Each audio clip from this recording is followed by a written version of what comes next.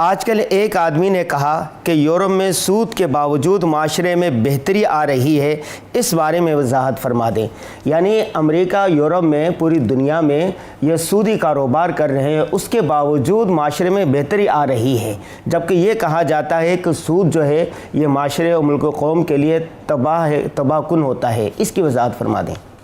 نہیں، یہ بات غلط ہے۔ سود کے جو نقصانات ہیں وہ ان کو بھی ہوتے ہیں، جیسے کہ ہر ایک کو ہوتے ہیں،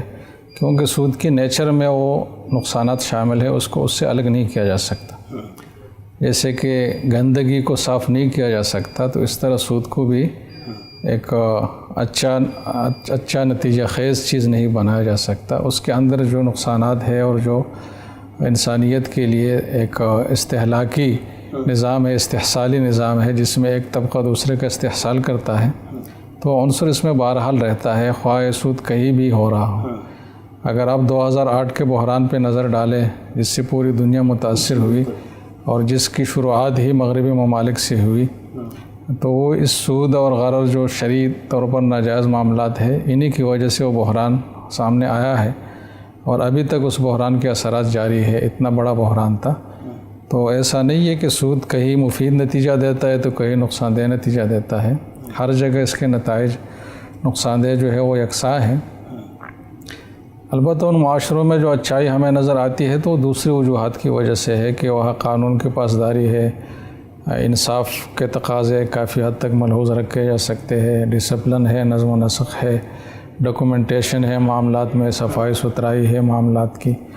اور حقوق کی رعایت ہے وغیرہ وغیرہ۔ تو جو اچھے اسلامی صفات ہے ان کو اپنا کر انہوں نے ترقی کی ہے، اور ہم نے ان صفات کو چھوڑ کر تنزل اختیار کیا ہے۔ اور جو ہمارا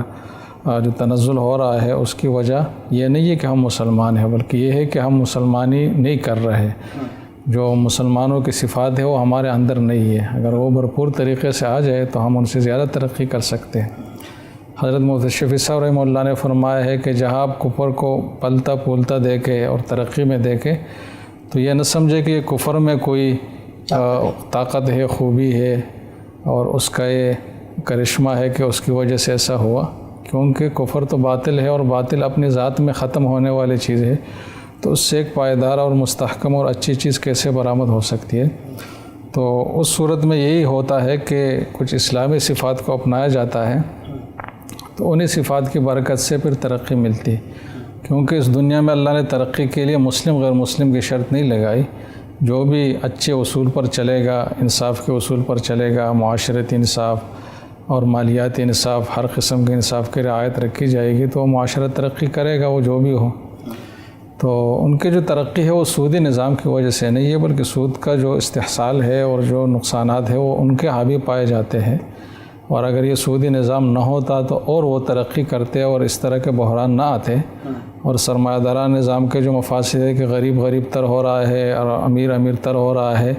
اور یہ طبقاتی تفریق بہت واضح مقدار میں وہاں بھی پایا جاتا ہے، تو یہ چیز بھی نہ ہوتی۔ تو سود کے نقصانات اپنی جگہ ہے، اور جو ترقیہ ہے تو وہ دوسری اچھی صفات کی وجہ سے ہے۔